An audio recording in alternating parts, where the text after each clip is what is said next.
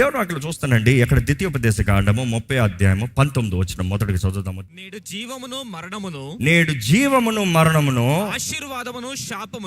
ఆశీర్వాదమును శాపము. జీవము మరణము, ఆశీర్వాదము శాపము. జీవము మరణం మాత్రం వింటాం మనం ఇప్పుడు, కానీ ఆశీర్వాదము శాపము ఏంటంట? చదవండి. నేను మీ ఎదుటను ఉంచి, ఏంటంట? మీ ఎదుట ఉంచాను.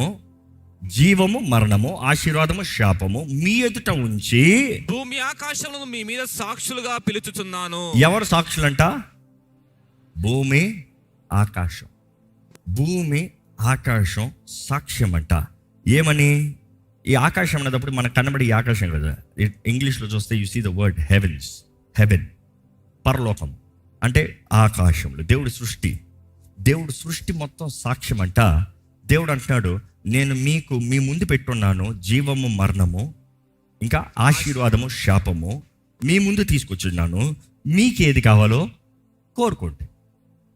మీ ముందు తీసుకొచ్చి పెట్టున్నాను. కోరుకోవాల్సింది ఎవరు? నీవే. You need to choose what you want. God is saying, ఇదిగో ఆశీర్వాదము శాపము. సాక్షులు ఎవరు? భూమి పరలోకం. ఇంకో మాట ఆకాశం అంటే మొదటి ఆకాశం, రెండు ఆకాశం, మూడు ఆకాశం పరలోకం అని అంటాం మనం. But then when you talk about it, is talking about the heavens and the earth. Is saying సాక్షులు. ఏంటి సాక్షులు? దేవుడు అంటున్నాడు, నేను నిర్ణయించిన ఆశీర్వాదము నీవు దాన్ని తగినట్టుగా నిర్ణయించుకుని దాని తగినట్టుగా బ్రతుకుతే నీకు వస్తాం సాక్షులు వీలే.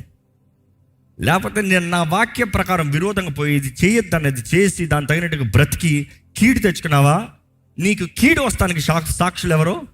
భూమి ఆకాశం. You say they are the testimonies, they are the witness. నీకు రావాల్సింది వచ్చేలాగా చూసుకుంటారు, నీకు జరగాల్సినలాగా చూసుకుంటారు.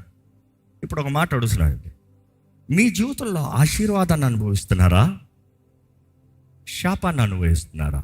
చెప్పండి అమ్మా, ఏది కావాలి? ఏది అనుభవిస్తున్నారు? Because you say God bless me, it is not saying God bless me if you are still praying God bless me God. No. దేవుడు అంటాడు, ఆశీర్వాదం నీ ముందు పెట్టా, శాపం నీ ముందు పెట్టా, ఏది కావాలో కోరుకో, వెళ్ళి తీసుకో. ఏది తీసుకున్నావు తెలియదు కాదు, ఏం జరుగుతుందో అదే. నీ బ్రతుకు ఎలా ఉందో అదే. What are you experiencing? నువ్వు అనుభవించేది ఏంటి? నీ జీవితంలో ఏం కనబడుతుంది? ఆశీర్వాదం కనబడుతుందా, శాపం కనబడుతుందా? ఏది పట్టినా సక్సెస్ లేదు, ఎక్కడికి వెళ్ళినా సక్సెస్ లేదు, ఏది చేసినా సక్సెస్ లేదు, ఏది చేద్దామన్నా జరగట్లేదు, చేయి వరకు వచ్చి పోతుంది. ఆశీర్వాదమా? ప్రార్థన చేస్తే మారిపోతుందా? కాదు. అదే ఈరోజు వాక్యం. ఈరోజు చాలామంది మా ఇంట్లో ఇట్లా జరుగుతున్నాయండి, మా జీవితంలో ఇలా జరుగుతుందండి, ప్రార్థన చేయండి పాస్టర్ గారు. అది చదివినప్పుడు ఓ పక్క బాధ, ఒక పక్క ఏడుపు. ఎందుకంటే బాధ ఏంటంటే, అరే అజ్ఞానంలో బ్రతుకుతున్నారే. ఏడుపు అంటే, ప్రభా వీరికి ఎలా చెప్పేది, ఎలా వివరించాలి? ఒక్క మెసేజ్లో పెట్టేది కాదు కదా, ఇది ఒక టైప్ చేసి పెట్టేది కాదు కదా, ఇది అర్థం అవ్వాలి కదా, ఇది ఏం జరుగుతుందో అర్థం కావాలి కదా.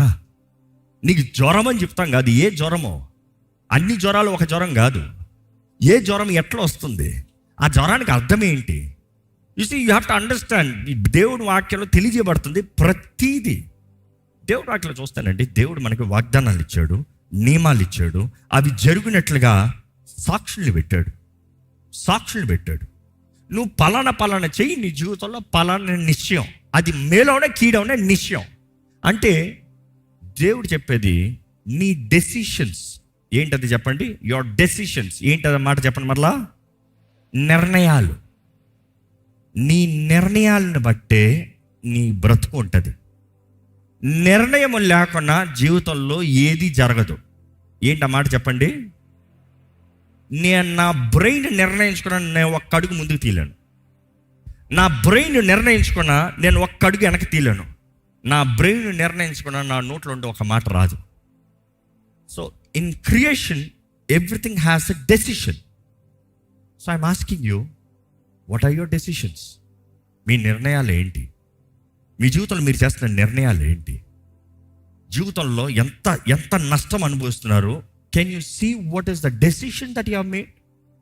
ఈరోజు చాలామంది వచ్చే కాన్సిక్వెన్సెస్ చూస్తున్నారు. వెన్ ఐ సే కాన్సిక్వెన్సెస్, పరిణామాలు.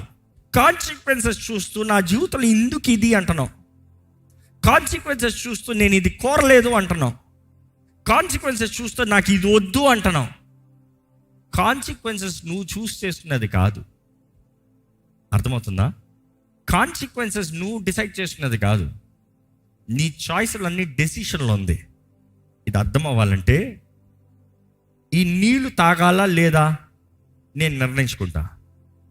కానీ ఈ నీళ్ళు గురించి ఏంటి అని తెలియకుండా తాగాను అనుకో, దానికి కాన్సిక్వెన్సెస్ ఉంటాయి. ఇది మంచి ఎలక్ట్రోలైట్ వాటర్ అనుకోండి, ఏమొస్తుంది నాకు? ఇప్పుడు నాకు ఇది ఎలక్ట్రోలైట్ వాటర్ అని తెలియలేదు అనుకోండి, తాగినా కూడా ఏమొస్తుంది? దాని కాన్సిక్వెన్స్ వస్తుంది.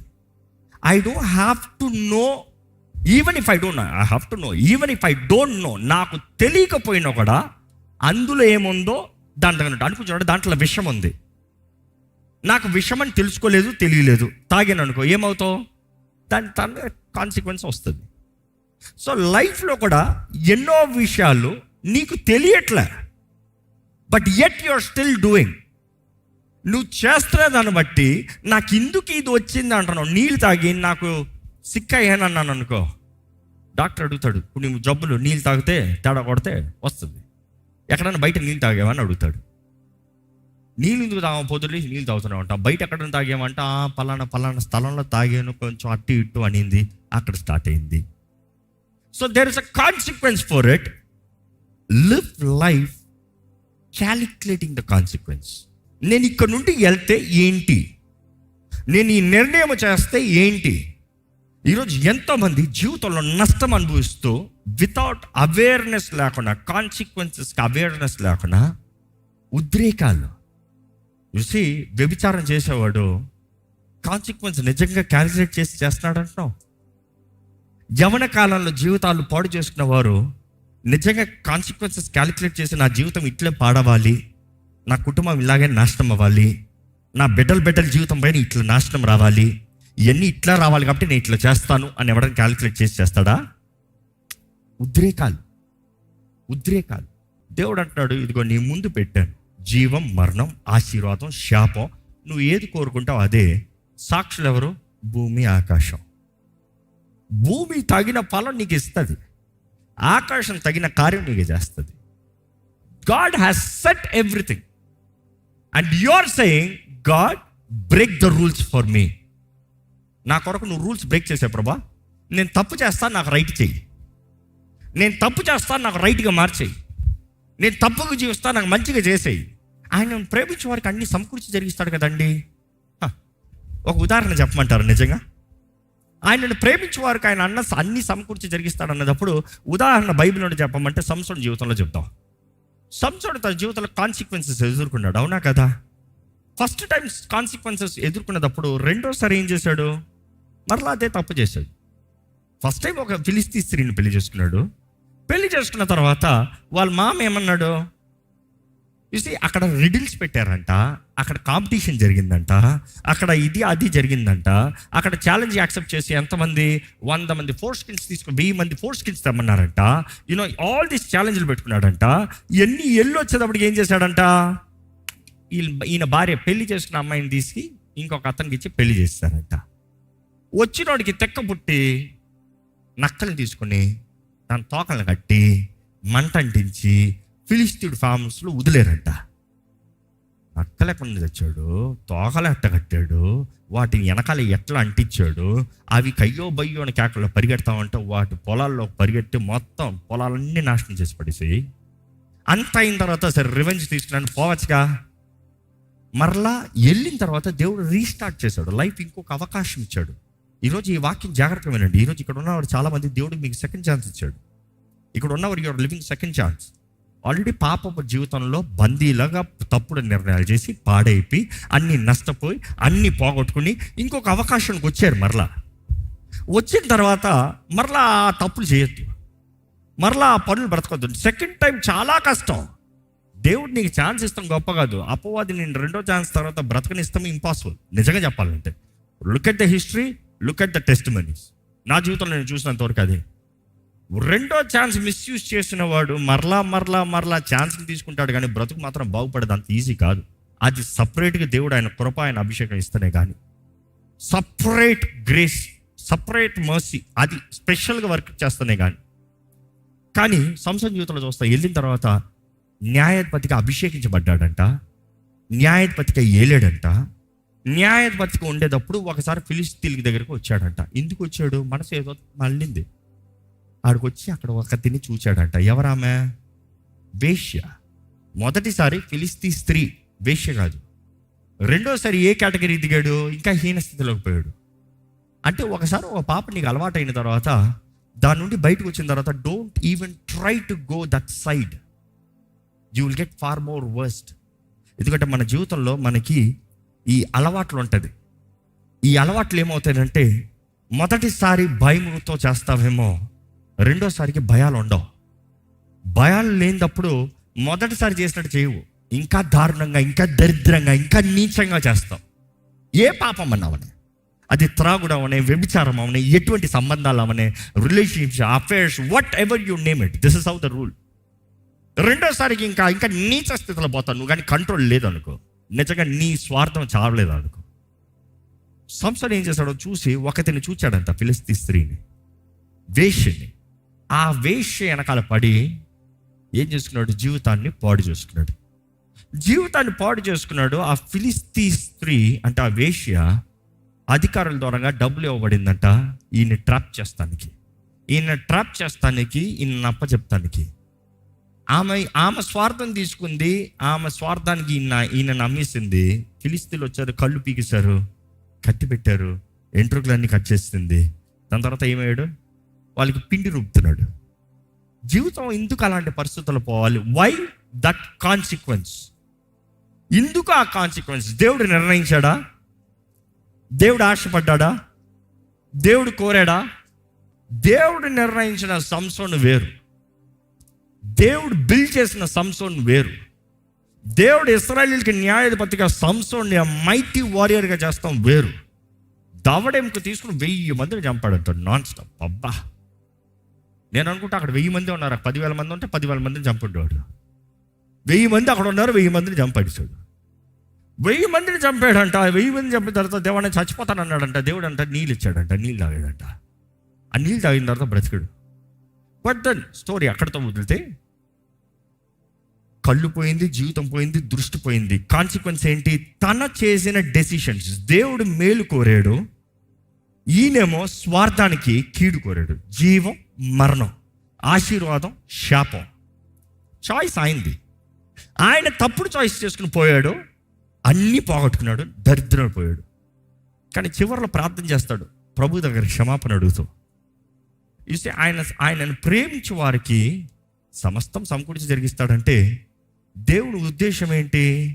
సంసోను ఫిలిస్తీన్ని చంపాలి, సంసోను ఇశ్రాయేలుని కాపాడాలి, సంసోను ఆయన ప్రజల్ని ఏలాలి, సంసోను దుష్టుడి నుండి ఆయన బిడ్డల్ని తప్పించాలి. సమకూర్చి జరిగిస్తానన్నప్పుడు చివరికి అడుగుతాడు, నాకు ఈ ఒక్క ఛాన్స్ ఫిలిస్తీన్లు అందరూ చంపేస్తా. ఏమవుతుంది?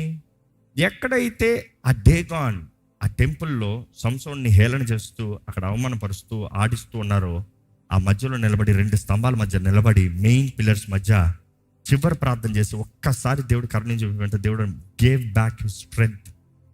అతనికి ఇచ్చిన ఆ వరము ఇంకొకసారి, ఆ ఒక్కసారికి తోసినప్పటికీ ఆలయం మొత్తం కూలిపోయిందంట. హిస్టరీ చెప్తుంది that was a very important festival feast of there's. దాంట్లో వాళ్ళందరూ కలిసిన స్థలం. అందుకని బైబిల్లో కూడా రాయబడి ఉంటుంది, సంసోను తన జీవిత కాలంలో చంపిన వారందరికన్నా ఆ రోజు చంపిన వారు అనేక మంది అంట. ఆ మాటకు అర్థం ఏంటి? ఆ మరణం తర్వాత బైబిల్ ఉంటుంది, దాని తర్వాత ఫిలిస్తీన్లు కొంతకాలానికి వారి దగ్గరికి రాలే, ఇశ్రాయేలు దగ్గర రాలే, ముఖ్యమైన వారందరూ మరణించారు. సో ఇప్పుడు సంసోను జీవితంలో సమకూర్చి జరిగిస్తాడు అన్నదప్పుడు కీడును మేలుగా మారుస్తాడంటే, రాజులాగా బ్రతకాల్సిన వాడు బానిసలాగా పోయి చివరి దారి అడిగినప్పుడు దేవుడు ఏం చేశాడు? కీడుని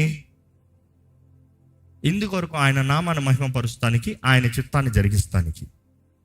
కానీ ఈరోజు మిమ్మల్ని అడుగుతున్నా, మీ జీవితంలో మీరు చేసే నిర్ణయాలు సంసోను లాగా చివరి స్టేజ్లో పోయి, అప్పుడు కూడా అవకాశం ఉంటుందో లేదో తెలియదు, అందరికీ గ్యారంటీ లేదు. ఆ చివరి ప్రార్థనకి అవకాశం ఉంటుందో కూడా లేదు. చాలామంది అనుకుంటారు నేను చివరిలో ప్రార్థన చేసుకుంటాను. కాదు కాదు కాదు, అపవాది అంతా తెక్కలోడు ఏం కాదు. He will do everything possible. అక్కడ ఆ స్పాట్లోకి వచ్చేటప్పటికి నువ్వు బ్రతుకుంటావో లేదో కూడా తెలీదు.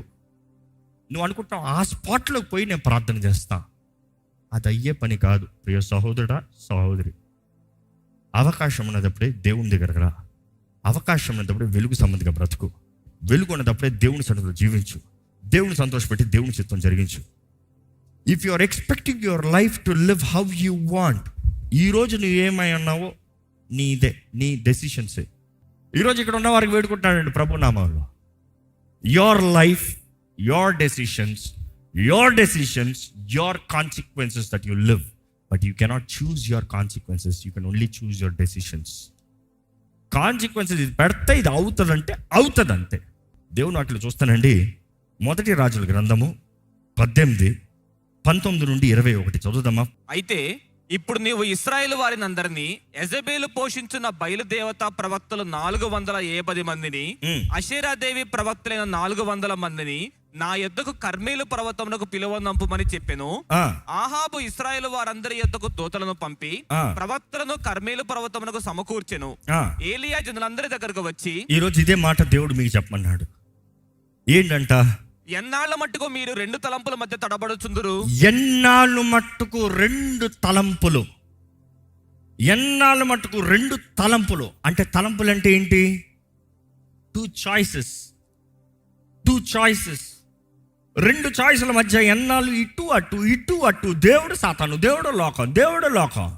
చూసి దేవుడికి నువ్వు శత్రువు అని పిలబడుతున్నావంటే అది నువ్వు చేసిన నిర్ణయం. నీ డెసిషన్ బట్టే నువ్వు దేవుడికి శత్రువు. ఏంటి ఆ డెసిషను? లోకంతో స్నేహము, దేవునితో వైరము. So enmity with God. You have made the choice to follow the world, friendship with the world. దేవుడు ఎందుకు నాకు ఎనిమిలాగా ఉన్నాడు? దేవుడు ఎందుకు నాతో సరిగ్గా మాట్లాడతలేదు? దేవుని సన్నిధి నాకు ఎందుకు రావట్లేదు? Because the choice that you made. దేవుని అక్కడ తెలియజేయబడుతుంది. The principle is given. ఇట్లా చేసావా దేవునికి శత్రువు. సో ఇక్కడ చెప్తున్నాడు ఏమని? ఎన్నాళ్ళు 2 తలంపులు, 2 చాయిసెస్, 2 ఒపీనియన్స్, 2 సైడ్స్. ఎన్నాళ్ళు ఇంట్లో 2 వైపు ఉంటారు. ఏమని చెప్తున్నాడు చూడండి. యెహోవా దేవుడైతే ఆయనను అనుసరించుడి, బయలుదేవుడైతే వారిని అనుసరించుడని ప్రకటన చేయగా జనులు అతనికి ప్రత్యుత్తరముగా ఒక మాటను పలుకకపోయిరి. ఈరోజు చాలా మంది ఇదే ప్రాబ్లం. ఏమంటున్నాడు ఆయన? యెహోవా దేవుడా ఆయన వైపు ఉండు, బయలుదేవుడా ఆయన అనుసరించు. ఎనీ వన్ సైడ్ చూస్. మనుషులు ఏమన్నారంట? ఏమన్నా సైలెంట్. ఈరోజు కూడా అదే ప్రాబ్లం. ఈరోజు మిమ్మల్ని అడిగాను అనుకో, same silent. Because you are scared. ఎందుకంటే లోక ఎంజాయ్మెంట్, లోకపు ప్లెజర్స్, పాపం ఎప్పుడు ప్లెజర్ ఇస్తుందండి. జాగ్రత్త. పాపం ఎప్పుడు ప్లెజర్ ఇస్తుంది. ప్లెజర్ అలవాటైనోడికి, ప్లెజర్ లోపటికి దూరినోడికి, అంటే పాపం లోపటికి దూరినోడికి ప్లెజర్ని ఆపలేడు. ఈ పాయింట్ మీకు సింపుల్గా ప్రాక్టికల్గా చెప్పాలంటే, డయాబెటిక్ పేషెంట్కి షుగర్ అంటే అసహ్యం కదా. చెప్పండి. నో, నీకు షుగర్ ఎక్కువ ఉందంటే ఇంకా షుగర్ అడుగుతావు నువ్వు. నీకు షుగర్ ఎక్కువ ఉందంటే న్యాచురల్గా క్రేవింగ్ ఏముంటుంది తెలుసా? నాకు ఇంకా స్వీట్ కావాలి. డయాబెటిక్ లేనివాడికి నువ్వు స్వీట్లు ముందు తీసుకెళ్ళినా నాకు ఇంట్రెస్ట్ లేదంటావు. కానీ డయాబెటిక్ పేషెంట్కి ఎట్లా తెలుసా? ఆ షుగర్ ఎక్కువ ఉన్న వాళ్ళకి ఆ స్వీట్లు తీసుకొని కళ్ళు అక్కడే వెళ్తాయి. Because the craving is more. నీలో పాపం అంటే ఈ లోక ప్లెజర్ కూడా నువ్వేం చేస్తావు తెలుసా? అయ్యో నేను తినకూడదంట ఎక్కడ తినేస్తానులే, నేను తినకూడదు, ఒక్క పొడకు తినేస్తానులే, నేను తినకూడదు. అట్లా పాపం నేను చేయకూడదు, ఇది తప్పు, ఇది చేయకూడదు, పోర్నోగ్రఫీ చూడకూడదు, ఈ అశ్లీలమైన దృశ్యాలు చూడకూడదు, ఇక్కడికి వెళ్ళకూడదు, వీళ్ళతో మాట్లాడకూడదు, ఇలాంటి అఫేర్స్ పెట్టుకోకూడదు. అన్నీ తెలుసు. ఇది తప్పు, పాపం అన్నీ తెలిసి చేయలేవు. ఇప్పుడు డయాబెటిక్ పేషెంట్ తనంతటా తను కంట్రోల్ అవ్వంటే చాలా కష్టం. Until mind change. ఈరోజు మీ జీవితంలో మీరు అనుభవించేదాన్ని మీరు చేసిన నిర్ణయాలు. ఒక వయసు వరకు మీ తల్లిదండ్రుల నిర్ణయాలను అనుభవిస్తారు. కానీ యవన కాలం వచ్చిన దగ్గర నుండి నీ నిర్ణయాలను బట్టి నీ బ్రతుకు మారే అవకాశం ఉంది. యవన కాలము నుండి నీ నిర్ణయాలను బట్టి నీ అవకాశం మారిపోతుంది.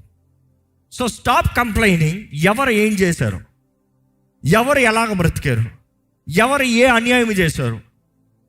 Take responsibility and accountability. ఇది నా బ్రతుకు, నేను మారాలి, నేను చెయ్యాలి, నా జీవితంలో నేను దేవుని కార్యం చిత్తంని జరిగించాలి. You take responsibility. ఇక్కడ ఉన్న ప్రతి ఒక్కరు చెప్తున్నాను, మీరు యవనస్థలోనే, కుటుంబస్థలోనే, వృద్ధులోనే, ఈరోజు ఇంకా మనం బ్రతుకున్నామంటేనే దేవుడు ఇంకా మనకి తరుణాలు కృపణిస్తున్నాడు. కొన్నిసార్లు దేవుడు యవన కాలంలో ఉద్దేశించింది వృద్ధాపనలో చేయకపోవచ్చు, కానీ కనీసం సంసోను వలె ఆ లాస్ట్లో ఉన్న ఆయన చిత్తాన్ని జరిగిస్తానికి సంసోను జీవిత కాలంలో చంపిన వారి కన్నా నేను అల్టిమేట్గా దేవుని చిత్తము ఆ ఫిలిస్తీన్లను నాశనం చేయాలని సంసోను చేసి చూపించాడు. Sometimes it is better than never. So దేవుని సన్నిధిలో సరిగా సమర్పించుకోండి. దయచేసి స్థలంలో ఉంచండి. ప్రార్థన చేద్దాం.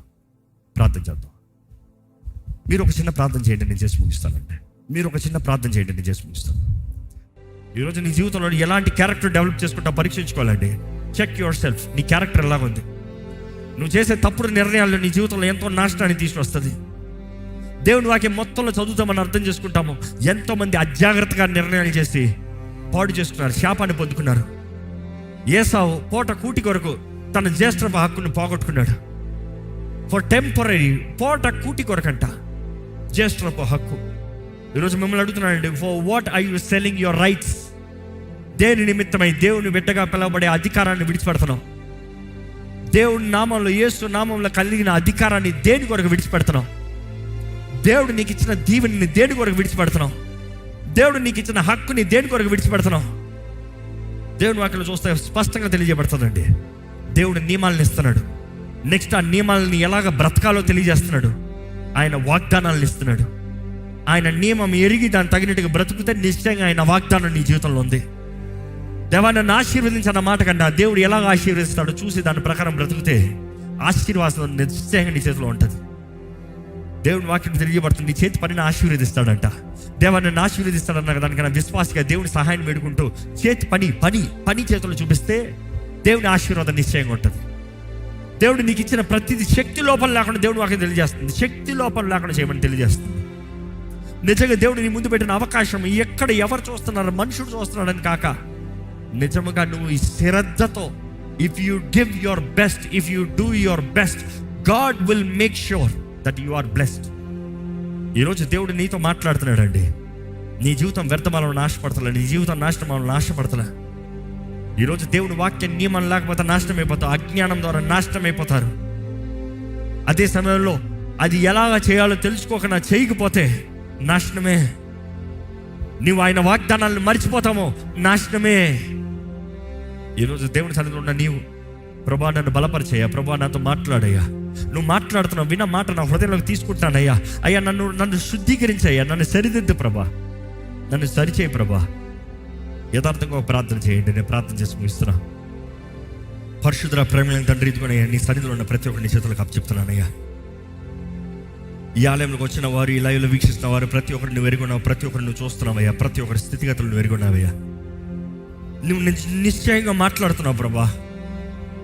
దేవా నీ వాక్ వింటున్నవారు అయ్యా మంచి నేల వలె ఉండాలయ్యా, మంచి నేల మీద పడిన విత్తనం వలె ఉండాలయ్యా.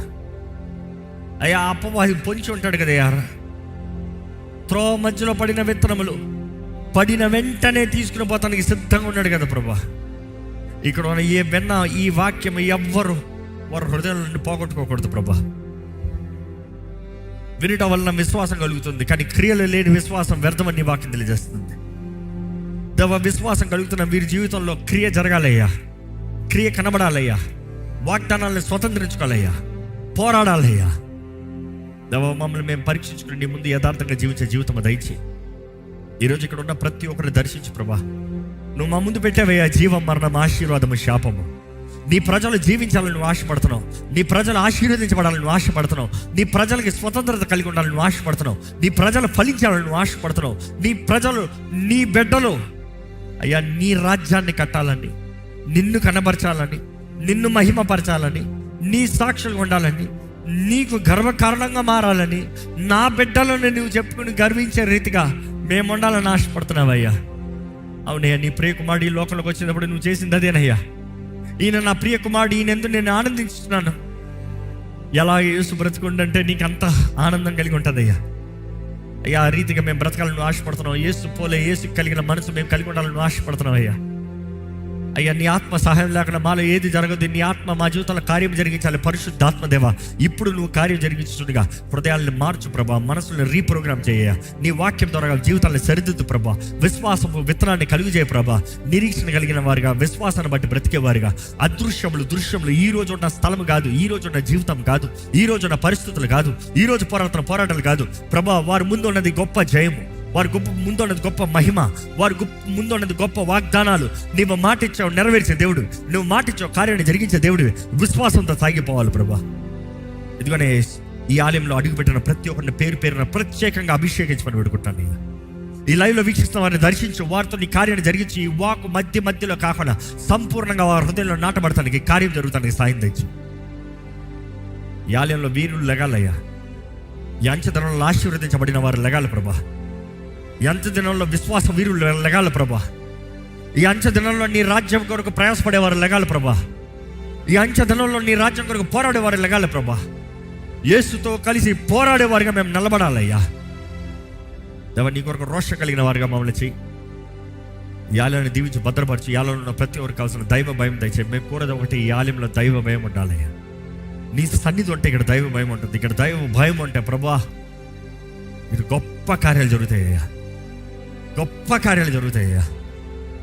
Lord, I pray, have mercy on us. ఈ సేవను అంతవరకు నిలబెట్టు, నమ్మకంగా నిలబెట్టు. దుష్టుడి నుండి తప్పించు, కీడు నుండి తప్పించు, వ్యర్థమైన నాలుగు నుండి తప్పించు. ప్రతిదీ నీ మహిమాత్మై సాగే జీవితం మాకు దయచేయండి. ప్రతి పనికి ప్రతిఫలం దయచేయండి. ప్రయాసపడుతున్న ప్రతి ఒక్కరికి ఆశీర్వాదం దయచేయమని అడుగుంటూ నజరేయుడైన యేసు నామములో అడిగి విడుచున్నాం తండ్రి, ఆమేన్. దైవం నీవయ్యా.